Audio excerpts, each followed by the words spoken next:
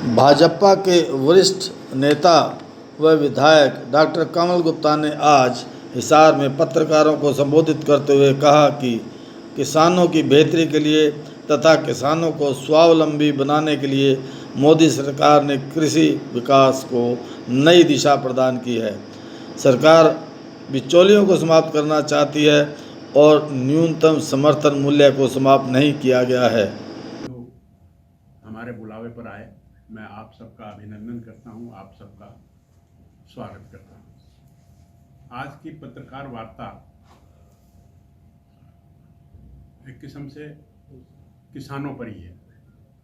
आप सबको पता है कि एक बड़ा आंदोलन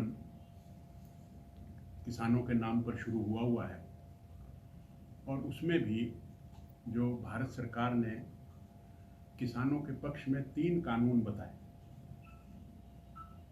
किसानों को स्वावलंबी बनाने के लिए, किसानों का स्वाभिमान जगाने के लिए और किसानों के जो प्रोफेशन है खेती बाड़ी का, उसमें डाइवर्सिफिकेशन के लिए जो कानून बनाए, वो कानून कुछ लोगों को पसंद नहीं और उसके बारे में उन्होंने जो आंदोलन किया, इसके बारे में बातचीत हम करने आए हैं।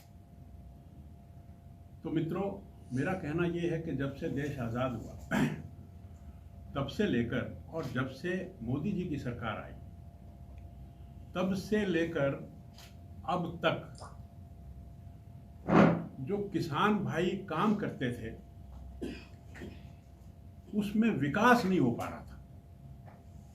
मैं उदाहरण के तौर पर अगर ये कहूँ कि एक किसान के पास मान लो 100 एकड़ जमीन है, अब उसके 4 बच्चे हुए और फिर उनके आगे 4-4 बच्चे हुए, तो 100 एकड़ तो बढ़ नहीं सकती। 100 एकड़ बाद में 4-4 एकड़ रह जाती है।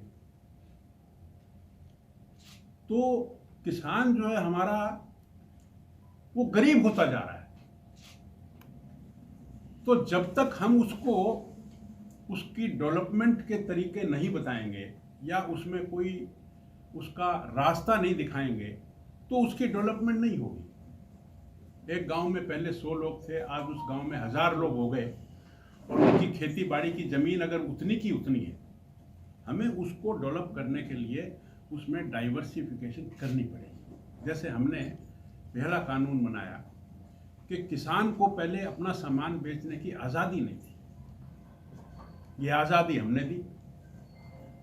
अब इससे क्या होगा कि एक टमाटर है मान लो, अब उसको पहले वो मंडी में ही आएगा, मंडी में आढ़ती के माध्यम से उसकी खरीद होगी, वो डायरेक्टली नहीं बेच सकता था, तो वो बंद गया, उसका माल केवल वही बिकेगा। लेकिन किसान को आज़ादी देने के बाद अब किसान सड़क पर भी बेच सकता है, गली में भी बेच सकता है।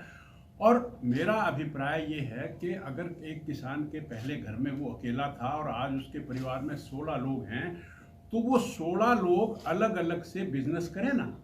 कोई सॉस की फैक्ट्री लगाए तो टमाटर वो 2 रुपये किलो में क्यों बेचे? टमाटर वो 2 रुपये किलो में बेचता है और हमारे पास वो 60 रुपये किलो में आता है। तो ये जो बिचौलिए का काम है, ये बिचौलिए के काम से उसको स्वतंत्रता मिले। सबसे बड़ी बात यह है कि जो ये 3 कानून लगाए हैं, ये हमने जबरन किसी पर लागू नहीं किए। अगर आपको ये लगता है कि हमने उसको स्वतंत्रता दे दी और उसमें उसका घाटे का सौदा है, तो वो मंडी में जाकर मिनिमम एमएसपी पर बेच सकता है। हमने एमएसपी को बंद नहीं किया, हमने मंडी को बंद नहीं किया, हमने उसको एक एडिशनल फैक्टर दिया और उस एडिशनल फैक्टर में यदि उसको लगता है कि नुकसान है तो वो उसको अडॉप्ट ना करे। किसानों के बारे में नियत और नियति की बात मैं अगर करूं तो किसानों की फसलों का बीमा हम अपनी लाइफ इंश्योरेंस करवाते हैं। क्यों करवाते हैं? कल को कोई हादसा हो जाए तो उस समय वो काम आए।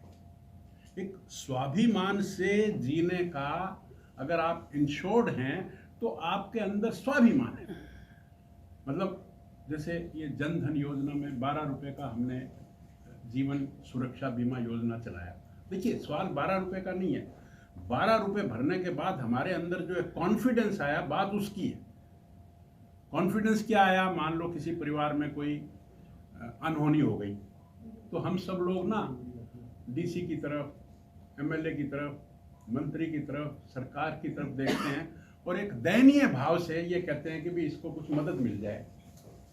अब एक तो मदद लेना, मदद भी करनी चाहिए, मैं उसके विरोध में नहीं हूं, लेकिन अगर उसका बीमा होता 12 रुपए में, तो वो जो 2 लाख रुपए है वो स्वाभिमान से ले। मैं आपको उदाहरण देता हूं, हमारे एक मित्र की डेथ हो गई, डॉक्टर भाई की। तो हमने, उनके मित्रों ने सोचा कि वो डॉक्टर के लिए कुछ इकट्ठा कर लिया जाए, और 5-6 लाख रुपए इकट्ठे कर लिए। अब समस्या ये आई कि भी उसकी पत्नी को ये 5-5.5 लाख जो है वो दे कौन जाकर, क्या पता अगली मना कर दे। स्वाभिमान की बात है ना ये। तो मैंने अपनी पत्नी को कहा, मैं भाई अगर मेरे कुछ हो जाए तो इस तरह से पैसे लियो मत। मतलब मैं आपको एक स्वाभिमान और एक दयनीय स्थिति की बात कर रहा हूँ। तो फिर हमने एक स्कीम चलाई, तो डॉक्टरों को सबको कहा कि भाई सब 1-1 हज़ार रुपये दो, और जिसकी किसी की अगर अनहोनी हो जाए तो फिर उसमें से 2 लाख रुपए हम उसको देते, तो वो राइट बन जाता है।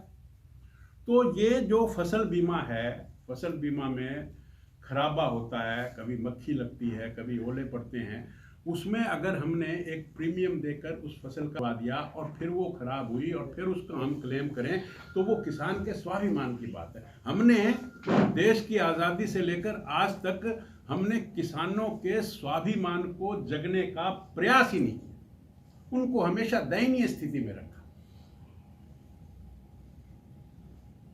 तो ये फसल बीमा, हमने सॉयल हेल्थ कार्ड की बात करी, हमने उनको ये जो सम्मान राशि 6,000 रुपये, इसके बारे में अपने राहुल गांधी जी ने कहा कि ये तो ऊँट के मुंह में जीरा है। अरे भाई, तुमने 50 साल में, 60 साल में कभी ऊँट के मुंह में जीरा डाला क्या? हमारी 6,000 रुपये एक किसान को देते हैं तो ये अमाउंट पूरे देश में बहुत बड़ी बन जाती है। तो इस तरह की जो हमारी नीयत है किसान के स्वाभिमान को जगाने की,